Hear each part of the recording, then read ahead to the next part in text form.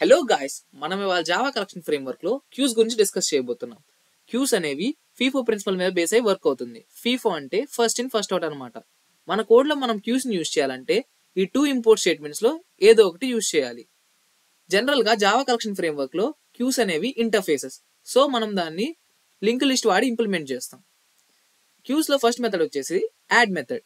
Add method ఏం చేస్తుందంటే వాల్యూని తీసుకొచ్చి క్యూ యొక్క లాస్ట్ లో అపెండ్ చేస్తుంది. సిమిలర్ గా ఆఫర్ కూడా వాల్యూని తీసుకొచ్చి క్యూ యొక్క లాస్ట్ లో యాడ్ చేస్తుంది.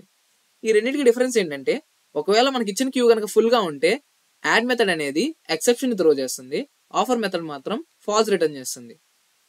నెక్స్ట్ మెథడ్ వచ్చేసి రిమూవ్ మెథడ్. రిమూవ్ మెథడ్ ఏం చేస్తుందంటే క్యూలో ఉన్న ఫస్ట్ వాల్యూని రిమూవ్ చేసి దాన్ని రిటర్న్ చేస్తుంది. సిమిలర్ గా పోల్ మెథడ్ కూడా క్యూలో ఉన్న ఫస్ట్ వాల్యూని రిమూవ్ చేసి రిటర్న్ చేస్తుంది.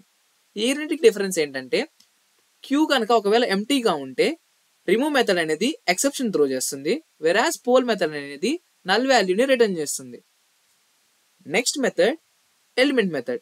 ఎలిమెంట్ మెథడ్ ఏం చేస్తుందంటే క్యూలో ఉన్న ఫస్ట్ వాల్యూని రిటర్న్ చేస్తుంది.